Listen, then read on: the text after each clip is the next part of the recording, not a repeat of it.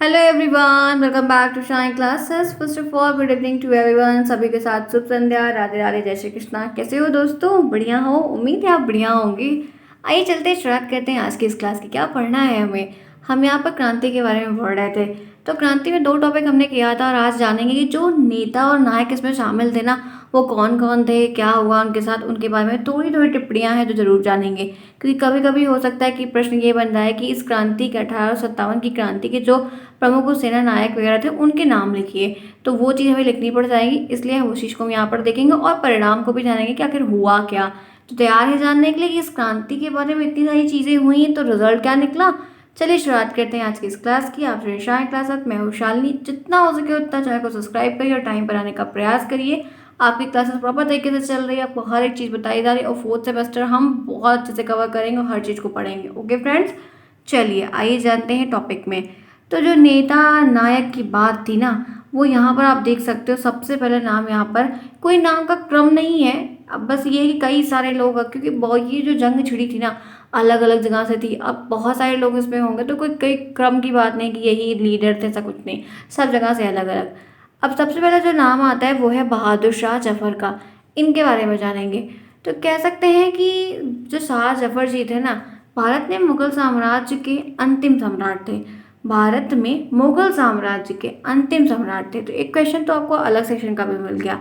जिन्होंने दिल्ली में 1857 की क्रांति में सिपाहियों का नेतृत्व किया था। सिपाहियों का से जो सिपाही थे उनका नेतृत्व किया। उन्होंने सब कुछ बताया था, ऐसे करना है, ये करना है, यहाँ पर ये आधी टुकड़ी यहाँ, आधी टुकड़ी वहाँ, ये सब कुछ किया था।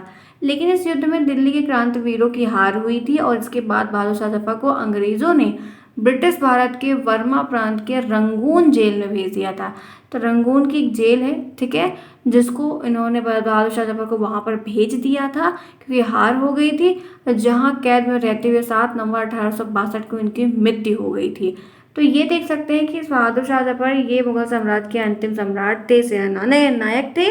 और जो ये लड़ाई झगड़ा हो रहा था, इतनी सारी क्रांति मची हुई थी, चारों तरफ हाहाकार मचा हुआ था, उसमें सिपाहियों का नेतृत्व ये कर रहे थे। लेकिन हार गए लास्ट में। फिर इनको रंगून जेल में भेज दिया गया। 7 साल बाद इनकी मृत्यु हो गई थी। तो ये ध्यान रखिएगा, मृत्यु हो सकता है कि ये जो डेट रहे पूछ ले, तो इसको भी हाईलाइट करते हुए थोड़ा ध्यान रखिएगा ताकि आ जाए। तो क्या आपने इससे पहले बहादुर शाह जफर को देखा है? चित्र में ही देखा होगा। देखा है कि नहीं? अगर नहीं देखा है तो आइए मैं आपको दिखा देती हूँ और मिलवा देती हूँ। ये देख सकते हैं, ये मैंने उनकी एक इमेज यहाँ पर ऐड की हुई है। आप ये देख सकते हैं, ये है बहादुर शाह जफर जी। ठीक है, जरूर पहचान लीजिएगा इनको। ठीक है, आगे बढ़िए। तो ये इनसे मुलाकात तो आप सभी की हो ही चुकी है। अब चाहिए आगे चलते हैं, मिलते हैं बख्त खान से। बख्त खान साहब के बारे में क्या चीज़ें हैं, इनके बारे में जानते हैं। तो इन्होंने क्या किया कि बख्त खान दिल्ली में चल रहे 1857 की क्रांति में भारतीय सैनिक के कमांडर इन चीफ थे। ठीक है, भारत के जो सैनिक थे, इंडियन के जो सोल्जर्स थे, उनके कमांडर इन चीफ थे। पहले खान साहब ने ब्रिटिश ईस्ट इंडिया कंपनी के सूबेदार के पद पर तैनात थे। लेकिन जब ये पूरा राइफल, कारतूस की खोल हुए, सुअर और गाय की चर्बी को लगाकर बनने का सब हुआ, जिसे क्रांति मची, तो अंग्रेजों के खिलाफ हो गए। 1 जुलाई 1857 में दिल्ली में आकर अंग्रेजों के खिलाफ चल रहे इस संग्राम में वो भी शामिल हो गए थे। पहले तो उन्हीं के साथ थे, लेकिन जब ऐसा कुछ हुआ तो ये फिर अलग हो गए और शामिल हो गए। तो बख्त खान जी के बारे में है, ठीक है, सारे लोग है तो इंडिया के, भले वो इस तरीके से, तो क्या हुआ, तो पहले उनका अपने पद को छोड़ा है और उसके बाद फिर वो उनके अगेंस्ट हो गए हैं। तो ये बख्त खान साहब हैं। ठीक है, इनकी इमेज थोड़ी सी कम मुझे क्लियर मिल पाई, लेकिन मुझे जो भी मैंने कहा आप लोग से मिलवा देती हूँ कि एक बार आप लोग मिले रहिए ताकि आपको चीज़ें कवर रहे। आगे बढ़िए। अब बात कर लेते हैं नाना साहब की। ठीक है, नाना तो हमारे सभी के होते हैं। अब नाना साहब के बारे में जो बातें हैं इस क्रांति से जुड़ी हुई, वो क्या है ये जानते हैं। तो ये कहा जाता है कि नाना साहब, जिनका असली नाम धोतू पंत था, ठीक है, कहीं कहीं धातु पंत भी मिलता है, धोंदू पंत भी मिलता है, तो ये अलग अलग जगह है। इनका नाम धातु पंत था, जिन्होंने अंग्रेजों के खिलाफ भारत के प्रथम स्वतंत्रता संग्राम में कानपुर से, कहाँ से, कानपुर से, कभी कभी ये पूछा जाता है कि इस क्रांति में कानपुर से कौन नायक था, तो वो कौन थे, हमारे नाना साहब थे। ठीक है, भारतीय सिपाहियों का नेतृत्व किया था। नाना साहब और अंग्रेजों के बीच बहुत सारे विवाद हुए, जिसमें पहला मुख्य कारण क्या था कि 1 जनवरी 1851 को उनके पिता पेशवा बाजीराव द्वितीय का देहांत के बाद नाना साहब द्वारा पेशवा की उपाधि को ना मानना। दूसरा क्या था कि जो अंग्रेजों के पेशवा के पेंशन के चालू कराने की जो मांग थी, उनको इनकार देने से कारण, मतलब मना कर दिया था। तो देखो, इनका जो लड़ाई का इसमें खड़े होने का मुद्दा ये था कि इनके पिता की जब डेथ हो गई तो जो पेशवा की उपाधि होती थी वो लोग अंग्रेजों ने कहा कि कुछ नहीं, मना कर दिया, और जो पेंशन वेंशन का कार्यक्रम हुआ करता था वो भी सब बंद कर दिया। तो जिसकी वजह से ये भी उनके खिलाफ बहुत ज़्यादा मात्रा में पहले से ही हो गई। क्रांति तो बाद में हुई, लेकिन इनका जो खिलाफ ये था वो काफ़ी साल पहले ही हो गया था। 5 जून 1857 को कानपुर की एक ब्रिटिश पत्रिका ईस्ट इंडिया कंपनी के खजाने पर कब्जा करने के बाद उन्होंने ईस्ट इंडिया कंपनी के खिलाफ 57 की क्रांति में खूब जोर शोर से घोषणा की और भाग भी जम कर लिया था, क्योंकि इनको तो शुरू से ही लड़ाई झगड़े का था। क्योंकि आप किसी की कोई चीज़ नहीं फॉलो करोगे, जाहिर सी बात है वो आपके खिलाफ होगा अगर वो सही है तो जब आप उनकी बात नहीं रखोगे तो वो चीज़ें होंगी। अब नाना साहब से मिलना है, आइए बात कर लेते हैं। तो ये देखिए, ये है नाना साहब, देख रहे हैं आप। इनका जो जन्म था वो 19 मई 1824 को, 6 अक्टूबर 1858 तक ये जीवित रहे थे। और ये इनकी इमेज है जो फोटो के फॉर्म में है, पहचानना जरूर, ध्यान रखिए। पिक्चर तो बनाने को लिखने को नहीं आएगी, लेकिन पढ़ाई है तो चीज़ों को देखते रहो ताकि पहचानो कि ये नाना साहब हैं। ठीक है, क्लियर। चले आगे इसी के साथ, चलिए आगे आगे बढ़ते हैं। बात कर लेते हैं तात्या टोपे के, नाम तो सुना ही होगा इनका। अब इनके बारे में काफ़ी कुछ है, उसको भी जानते हैं आराम से कि क्या चीज़ें आखिर हैं। तो कहते हैं, ये इसमें मिला हुआ है कि तात्या टोपे को कानपुर में चल रही जो क्रांति थी, नाना साहब ने अपना सैनिक सलाहकार नियुक्त किया था। ठीक है, नाना साहब ने इनको अपना सैनिक सलाहकार के पद पर रखा था। और कह सकते हैं कि ब्रिगेडियर जनरल हैवलॉक ने सेना से इलाहाबाद की ओर से कानपुर पर हमला कर दिया था। तब तात्या टोपे ने कानपुर की सुरक्षा की अपनी जान मान लगा दी थी, लेकिन 16 मई को उनकी पराजय हो गई। 1817 में उन्होंने कानपुर छोड़ना पड़ा था। इसके बाद भी वे झांसी की रानी लक्ष्मीबाई, राव साहब, बहादुर शाह जफर आदि को विदा हो जाने के बाद भी करीब 1 साल तक भारतीय क्रांतिकारियों की कमान संभाल रहे थे। तो ये कह सकते हैं कि तात्या टोपे काफ़ी लंबे समय तक रहने वाले थे। सबके जाने के बाद ये काफ़ी ज़्यादा सपोर्ट किया, जितना हो सका था। जब तक इनकी मृत्यु नहीं, सांस इनकी चलती रही है, तब तक इन्होंने काफ़ी ज़्यादा काम बहुत ज़ोर शोर से किया, जितना हो पाए उतना भरपूर प्रयास इन्होंने किया था।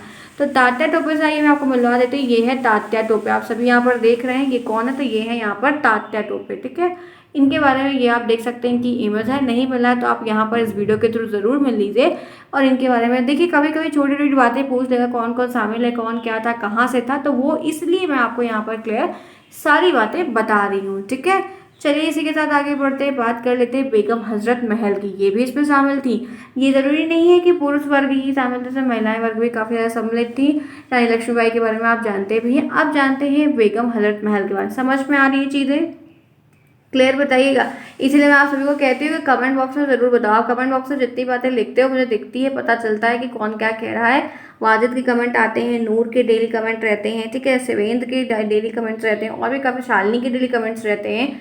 तो जितना हो सके उतना आप अपने एक एक कमेंट ज़रूर क्या करिए कि आपको प्रॉपर लग रहा है, समझ में प्रॉब्लम है तो बोलो। ठीक है, अब बात करते हैं बेगम हजरत महल की। बेगम साहब के बारे में जानना काफ़ी इंटरेस्टिंग है और मालूम बहुत खूबसूरत भी थी हैं। इनका कहना है कि ये बेगम हजरत महल अवध वर्तमान उत्तर प्रदेश के नवाब वाजिद अली शाह की दूसरी पत्नी थी। ठीक है, ये कभी कभी पूछ लेता है, नहीं पूछता है तो पेटवेट में आ सकता है, ध्यान रखो। जब नवाब वाजिद शाह ने अंग्रेजों ने उन्हें अपने राज्य से निकाल दिया, तब बेगम हजरत महल ने अवध रियासत के राजकीय मामलों को संभाला। पहले नहीं संभालती थी, लेकिन जब ऐसा कुछ हुआ, परिस्थितियां आई, तब इन्होंने उसको संभाला। 57 से लेकर 58 के दौरान राजा जयलाल सिंह की अगुवाई में, किसकी, जयलाल सिंह की अगुवाई में बेगम हजरत महल सैनिकों ने ब्रिटिश ईस्ट इंडिया कंपनी के खिलाफ लड़ाई को लड़ी और लखनऊ पर फिर से अपना अधिकार स्थापित कर लिया था। अपने नाबालिग पुत्र बिजरिस, ठीक है, इनका एक पुत्र था, उसका नाम बिजरिस कद्र को गद्दी पर बैठाकर उन्होंने अंग्रेजी सेना का स्वयं मुकाबला किया। उनका देहांत 60 वर्ष की आयु में काठमांडू में, नेपाल में 7 अप्रैल को 1879 को हो गया था। तो ये इनकी छोटी सी डिटेल है जो कि बारे में आपको जानना है। बस ये जानना है कि ये भी इसमें सम्मिलित थी और कहाँ से थी, अवध से थी, ये आपको स्थान जानना। तो ये देखिए क्या खूबसूरत है, देख रहे हैं। ये तो एक ऐसी इमेज है, आगे इनकी बहुत सारी इमेज अवेलेबल, आप देखेंगे तो काफ़ी ज़्यादा खूबसूरत है। इन लोग के चेहरे का रूप देखिए, काफ़ी खूबसूरत रहा है। बेगम है, ठीक है, चले आगे, मिल लिया बेगम जी से, चलो आ जाओ। अब बात कर लेते हैं हमारी रानी लक्ष्मीबाई की। इनके बारे में बहुत कुछ है। तो कह सकते हैं कि रानी लक्ष्मीबाई मराठा द्वारा जो शासित वर्तमान उत्तर प्रदेश झांसी राज्य की रानी हुआ करती थी। ठीक है, इन लोगों को तो हम लोगों ने टीवी में बहुत सारे एपिसोड्स आया करते तो हम लोग तब देखा करते थे। उसके बाद इन्होंने 29 वर्ष की उम्र में क्रांति में अंग्रेज साम्राज्य की सेना के विरुद्ध में किया, लेकिन इनकी लड़ाई जो है वीर गति को प्राप्त हुई। 18 जून 1858 को ग्वालियर के निकट कोटा के सराय में वितरानी सेना से लड़ते हुए इनकी मृत्यु हो गई थी। तो इनकी मृत्यु के बारे में है, बहुत सारी चीज़ें इनके बारे में है, लेकिन हमें छोटी सी डिटेल हमें जाननी है, बहुत कुछ नहीं, तो हम थोड़ा सा कवर करें। ये है रानी लक्ष्मीबाई जी, देख सकते हैं आप। चलिए आगे बढ़े। क्लियर, कॉन्सेप्ट ईजी है, छोटी छोटी बातें हैं। मैं चाहती हूँ कि कम समय में ज़्यादा, जितना बेसिक उतना सिखा दे रही हूँ, जितनी चीज़ें आप में इसमें। और ये टॉपिक भी आज ओवर होगा, इसके बाद का जो टॉपिक है, जो दूसरी और चीज़ें, उनके बारे में डिस्कस करेंगे और चर्चा भी करेंगे। ठीक है, अब बात कर लेते हैं। अभी और भी काफ़ी सारे लोग इसको समझ थे, एक दो ही नहीं थे, कई सारे थे। खान बहादुर खान के बारे में भी है, इनके बारे में क्या चीज़ें वो जानते हैं। कहते हैं कि खान बहादुर खान क्या है, रुहेला है, सॉरी, ठीक है, ये रेहुल खंड के द्वितीय नवाब और हाफिज रहमत खान के पोते थे। इन्होंने 1857 की क्रांति के दौरान अंग्रेजों के विरुद्ध किया था, लड़ाई झगड़े में शामिल हुए थे, क्रांति में शामिल हुए थे, अपना योगदान समर्थन दिया था। बरेली में विद्रोह की सफलता के बाद सरकार बनाई और 1857 का भारतीय विद्रोह भी विफल हुआ। तो बरेली के भी जब सफल नहीं हुआ तो जाहिर सी बात आप उनके अंडर में आ ही जाओगे, ऐसा वो अंग्रेज कर ही रहे थे। तो वहाँ से बचकर वो नेपाल चले गए, लेकिन वहाँ के लोगों ने पकड़ अंग्रेजों को सौंप दिया, धोखा दिया उनको, और फिर इनकी जो है बाद में फांसी लगाकर सजा हो गई थी। तो खान बहादुर खान का जीवन भी काफ़ी बहुत संघर्ष भरा रहा था। क्रांति इन्होंने की, विद्रोह किया, काफ़ी ज़्यादा जो है मतलब विरोध में खड़े हुए, अपने सैनिक बल के साथ भी खड़े हुए, लेकिन काफ़ी ज़्यादा जब हार हो गई, नहीं जीत पाए, नहीं कर पाए, क्योंकि वो मजबूत थे, उनके पास आधुनिक औजार हुआ करते थे, उपकरण थे, जिसकी वजह से हर जगह सामना करना पड़ा था हार का सभी लोगों को। आगे बढ़िए, ये देखिए खान बहादुर खान यही है, मिल लीजिए इनसे भी। आज मैं आप सभी की मुलाकात सभी से करवा दे रही हूँ। चलिए इसी के साथ आप बात करते हैं मौलवी लियाकत अली। अब इनके बारे में क्या है, मौलवी साहब अंग्रेजों के खिलाफ भारतीय स्वतंत्रता संग्राम 1857 के विद्रोह करने वाले नेताओं में से एक थे। ठीक, सिंपल बात। वे प्रयागराज के परगना चैल में ग्राम महागांव के थे, और चैल के लोगों ने भी लियाकत अली को गोला बारूद के साथ भी जोर शोर समर्थन किया था, अपना धन श्रम बल सब कुछ दिया था। उन्होंने खुसरो बाग पर कब्जा करके वहां पर मुख्यालय बना लिया था, लेकिन खुसरो बाग 2 सप्ताह में अंग्रेजों ने उनसे वापस ले लिया। मौलवी को 14 साल बाद सितंबर 1871 मुंबई के बायकुला रेलवे स्टेशन में पकड़कर उन्हें आजीवन कारावास में डालने का फरमान सुना दिया था, और फिर उन्हें रंगून जेल भेज दिया गया। तो कैद में फिर रहते रहते उनकी मृत्यु हो गई थी। तो ये इनका एक वो था कि ये लोग काले पानी की सजा देते थे, काफ़ी ज़्यादा जेल बंद कर देते, तो वहाँ पर ही मृत्यु हो जाए, खाना पीना जब नहीं मिलेगा तो इंसान मर ही जाएगा ना। तो ये सारी ये चीज़ें काफ़ी जाती हुआ करती थी उस समय। आगे बढ़िए इसी के साथ, ये देखिए यही है, मिल लीजिए इनसे भी, आप देख सकते हैं। आगे बढ़े, यहाँ तक क्लियर, सभी को कोई प्रॉब्लम नहीं है। देखो इसमें मुझे मालूम है कि आपको इनके पर्टिकुलर के बारे में नहीं पूछेगा कि इनका चरित्र वर्णन करे, कुछ नहीं, वो स्थान पूछेगा, कौन कौन शामिल था वो पूछेगा, कहाँ से लड़े थे वो पूछेगा, या क्या थे। जो फेमस है, तात्या टोपे हैं, रानी लक्ष्मीबाई हैं, बेगम हजरत महल है, बहादुर शाह जफर है, इन लोग के नाम ज़्यादा पूछते हैं, लेकिन जितने हैं मैं उतने शासक को आपको बताने का प्रयास करें, ताकि इतना पता नहीं तो आप सोचोगे सिर्फ उतने ही हैं, जी नहीं। आगे बढ़िए, अब इसमें है क्या है, अहमदुल्ला शाह के बारे में क्या है, ये फैजाबाद के मौलवी थे। ठीक है, फैजाबाद के मौलवी थे, इन लोगों ने 1857 के विद्रोह में लाइट हाउस के रूप में जाने जाते हैं। इन्होंने 1857 के दौरान नाना साहब और खान बहादुर खान के साथ मिलकर आज़ादी की लड़ाई लड़ी थी, और 1857 से लेकर 58 में भारतीय विद्रोह पूर्ण रूप से सक्रिय रहे थे, खड़े थे, वहाँ पर थे साथ में। उन्होंने अवध की क्रांतिकारी सेना का नेतृत्व करके बकरत अहमद के साथ मिलकर हेनरी मोंटगोमरी लॉरेंस की अंग्रेजी सेना के खिलाफ लड़ाई को जीती भी थी, किंतु उनकी मृत्यु विश्वासघाती ढंग से एक टॉप शॉट गोली मारकर कर दी गई थी, शूटर्स के द्वारा करवा दी गई। विश्वासघात सामने से नहीं किया था, छुप के किया था, शूट करते हैं, शूटर्स आते हैं, उसके द्वारा इनकी मृत्यु करवा दी गई, क्योंकि ये जीत रहे थे और ये काफ़ी प्रबल भी थे। इनका जो सैनिक पूरा चलाना था वो काफ़ी इनका अच्छा था। आगे बढ़िए, इनकी इमेज नहीं मिल पाई इसलिए मैंने यहाँ पर नहीं लिया। आगे बात कर लेते हैं वीर कुंवर सिंह जी, ये भी इसमें शामिल थे। कुंवर सिंह ने क्या कहते हैं इनके बारे में कि अपने सेनापति मैकू सिंह और भारतीय सैनिकों का नेतृत्व किया था। वीर कुंवर सिंह 25 जुलाई को दानापुर में विद्रोह करने वाले सैनिकों में कमान भी संभाली थी, और 2 दिन बाद जो है जिला मुख्यालय पर आकर कब्जा भी किया था। लेकिन कब्जा करने के बाद क्या हुआ कि मेजर विसेंट आइस ने आयरे ने, ठीक है। इनके नाम मत परेशान होना, नाम में मत परेशान जाना कि नहीं याद हो रहा है, ऐसा कुछ भी नहीं। कुछ कुछ जो सेल्स हैं कि नानक है कहाँ से थे वो इंपॉर्टेंट है, वही वही अगर आप एक पेज में लिख के रख लोगे ना तो वो भी बहुत इंपॉर्टेंट होगा, उसके लिए बहुत परेशान ना हो कि नहीं आएगा, ऐसा कुछ नहीं है। फिर उसके बाद जो है उनका नष्ट हो गया, छीन लिया गया, उनसे हराया गया। ये देखिए इनकी इमेज ये है, ठीक है। आगे बढ़ते हैं, इसी के साथ चलते हैं आगे। एक और इसमें है, वो है बाबू अमर सिंह। बाबू अमर सिंह के बारे में कहते हैं कि भारत के प्रथम स्वतंत्रता संग्राम में इन्होंने क्रांतिकारी का रोल निभाया। बाबू कुंवर सिंह के भाई भी थे अमर सिंह। उसके बाद इन्होंने क्या किया था कि आरा की कुख्यात घेराबंदी सहित अपने भाई का अभियान की सहायता भी की थी। 26 अप्रैल 1958 को बाबू कुंवर सिंह की मृत्यु के बाद अमर सिंह ने सेना को संभाला, भारी बाधाओं संघर्ष को जारी रखा, लेकिन काफ़ी बाद समय तक जो है सरकार इनकी चलती गई, लेकिन उतना बहुत बड़ा हो कि उनका रोल रहा हो तो वो कुछ खास नहीं हो। जितना भरपूर कर पाए उतना प्रयास इन्होंने भी किया था, मदद भी की थी काफ़ी ज़्यादा, ठीक है। तो जितने सेना नायक थे उनके बारे में मैंने आपको पूरी बातें बता दी। एक बार फटाफट आपको नाम दिखा देती हूँ ताकि नाम याद रखो। तो पहला बहादुर शाह जफर है, एक नाम हो गया। दूसरा जो है हमारे पास खान बख्त खान है, दूसरा हो गया। तीसरा नाना साहब है। उसके बाद चौथा जो है तात्या टोपे हैं हमारे। उसके बाद पांचवा नाम जो है वो बेगम हजरत महल का। छठा नाम रानी लक्ष्मीबाई का है। सातवां हमारा खान बहादुर खान का है। और आठवां हमारा मौलवी लियाकत अली का है। उसके बाद फिर हमारा अहमदुल्ला शाह का है। और उसके बाद वीर कुंवर सिंह का है।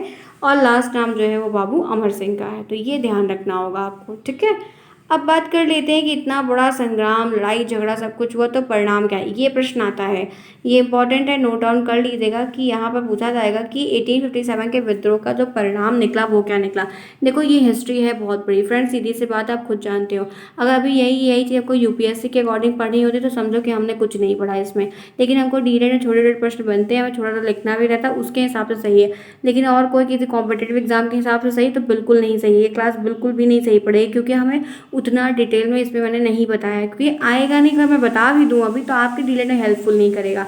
तो मैं उतनी ही बातें बताऊंगी जितना आप अपने अच्छे तरीके से कॉपी लेके नंबर को गेन करो। सीधी काम करना है, क्योंकि समय बहुत कम है। तो जो जो चीज़ें महत्वपूर्ण है हम उन्हीं फोकस करेंगे और उन्हीं को कवर करेंगे, ठीक है। मेरी बात से सहमत हो ना, कमेंट बॉक्स में ज़रूर बताना। और लाइक नहीं किया तो फटाफट लाइक कर दीजिए सभी के सभी फ्रेंड्स। चलिए अब बात करते हैं कि परिणाम क्या निकला, रिजल्ट क्या निकला। तो कह सकते हैं कि विद्रोह के बाद 2 अगस्त 1858 में ब्रिटिश संसद ने एक अधिनियम पारित किया और भारत में कंपनी शासन का अंत कर दिया। भारत में कंपनी शासन का तो खात्मा कर दिया तथा भारत का शासन ब्रिटिश क्राउन के अधीन कर दिया गया था। अपना तो खत्म किया जो किया, लेकिन इन्होंने ब्रिटिश शासन क्राउन के अधीन कर दिया था, सोच सकते हैं आप। उसके बाद भारत के गवर्नर जनरल को अब वायसराय कहा जाने लगा। जो गवर्नर जनरल हुआ करते तो उनको वायसराय की उपाधि से सम्मानित करने लगे थे। फिर उसके बाद बोर्ड ऑफ डायरेक्टर और बोर्ड कंट्रोल खत्म करके भारत सचिव के साथ 15 सदस्य की एक परिषद की स्थापना की थी। 15 मेंबर उसमें डाले गए थे, रखे गए थे और एक परिषद की स्थापना कर दी गई थी। और कह सकते हैं कि 1857 के विद्रोह के बाद ब्रिटिश सरकार के द्वारा सेना के पुनर्गठन के लिए पील आयोग रिपोर्ट पर सेना ने भारतीय सैनिकों की तुलना में यूरोपियों का अनुपात बढ़ा दिया गया था कि भारतीयों को कम रखा जाएगा, क्योंकि वो विद्रोह कर देते थे बाद में, इसलिए बगावत कर देते थे बाद में इसलिए। और भारतीय रजवाड़ा के प्रति विजय और विलय की नीति का परित्याग कर सरकार ने राजाओं को गोद लेने की अनुमति भी प्रदान कर दी गई थी। इस तरीके से बहुत सारी चीज़ें देखने को मिलती। बस ये कह सकते हैं कि पूर्णतः हार का सामना करना पड़ा, लड़ाई लड़ी गई थी, लेकिन बहुत कह सके एक सही से रिजल्ट मिला तो वो चीज़ नहीं मिल पाई थी। तो ये बहुत सारे रीजंस भी रहे हैं, कई के कारण भी रहे हैं। तो सेना अच्छी नहीं, मतलब सेना का नेतृत्व अच्छा नहीं हो पाया, पूरा समर्थन नहीं मिला, लोगों का सपोर्ट नहीं मिला, उनके पास पूरे औजार नहीं थे। तो ऐसे बहुत सारे रीजन रहे हैं जिसकी वजह से इन्हें हार का सामना देखना और करना पड़ा था, ठीक है। तो चलिए आज की क्लास होती है ओवर, ये टॉपिक भी होता है ओवर। इसके बाद का जो टॉपिक है वो हम करेंगे कवर। मुझे उम्मीद है कि आपने इस टॉपिक से काफ़ी कुछ रिवीजन किया होगा। जो लोग नोट्स बना रहे हैं बना लीजिए, नहीं बना रहे उनको टेलीग्राम पर परचेज करके मिल जाएगी चीज़ें आपको। बहुत अच्छी मैंने नोट्स बनाई है, शॉर्ट में बनाई है, बहुत शॉर्ट बनाई। और आपकी बाकी नोट्स मैंने क्वेश्चन बहुत ज़्यादा दिए हैं, ऑब्जेक्टिव भी दिए हैं, शॉर्ट बाई शॉर्ट भी काफ़ी ज़्यादा दिए हैं, ठीक है। ओके फ्रेंड्स, मिलते हैं फिर नेक्स्ट में। तब तक के लिए take care, bye bye, see you soon, best of luck.